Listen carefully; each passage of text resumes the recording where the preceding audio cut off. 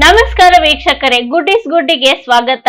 ಶುಂಠಿ ಒಂದು ಆರೋಗ್ಯಕರವಾದ ಆಯುರ್ವೇದ ಗಿಡಮೂಲಿಕೆ ಪದಾರ್ಥ. ಹಸಿಯಾದ ಗಿಡದ ಬೇರಿನ ತರಹ ಕಂಡುಬರುವ ಶುಂಠಿ ಅನೇಕ ಆರೋಗ್ಯ ಲಾಭಗಳನ್ನು ಒಳಗೊಂಡಿದೆ. ಇದರಲ್ಲಿ ಆಂಟಿ ಇನ್ಫ್ಲಮೇಟರಿ ಮತ್ತು ಆಂಟಿ ಆಕ್ಸಿಡೆಂಟ್ ಗುಣಲಕ್ಷಣಗಳನ್ನು ಒಳಗೊಂಡಿದೆ. ಇದು ವಾಕರಿಕೆ, ವಾಂತಿ, ಮೈಕೈ ನೋವು ಇತ್ಯಾದಿ ಸಮಸ್ಯೆಗಳನ್ನು ಸುಲಭವಾಗಿ ಹೋಗಲಾಡಿಸುತ್ತದೆ. ಅನೇಕ ಬಗೆಯ ಸೋಂಕುಗಳಿಂದ ನಿಮ್ಮನ್ನು ಚಳಿಗಾಲದಲ್ಲಿ ಕಾಪಾಡುತ್ತದೆ. ಹಾಗಾಗಿ ನಿಮ್ಮ ಆರೋಗ್ಯ ಪದ್ಧತಿಯಲ್ಲಿ ಪ್ರತಿದಿನ ಶುಂಠಿ ಸೇರಿಸಿ ಸೇವಿಸುವುದು ಒಳ್ಳೆಯದು. ಆರೋಗ್ಯಕರ ಚಹಾ.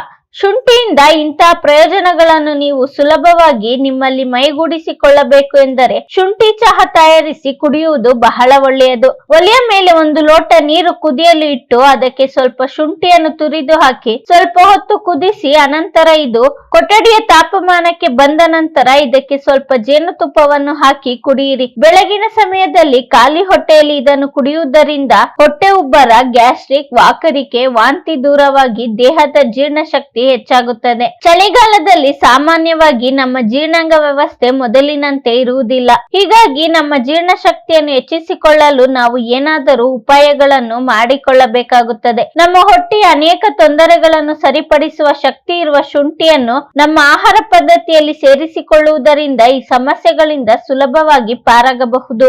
ಆಂಟಿ ಆಕ್ಸಿಡೆಂಟ್ ಅಂಶ ಹೆಚ್ಚಾಗಿರುವ ಶುಂಠಿಯನ್ನು ಸೇವಿಸುವುದರಿಂದ ನಮ್ಮ ರೋಗ ನಿರೋಧಕ ಶಕ್ತಿ ಸಹಜವಾಗಿ ಹೆಚ್ಚಾಗುತ್ತದೆ. ಚಳಿಗಾಲದಲ್ಲಿ ಇದು ಅತ್ಯಂತ ಅವಶ್ಯಕ ಕೂಡ.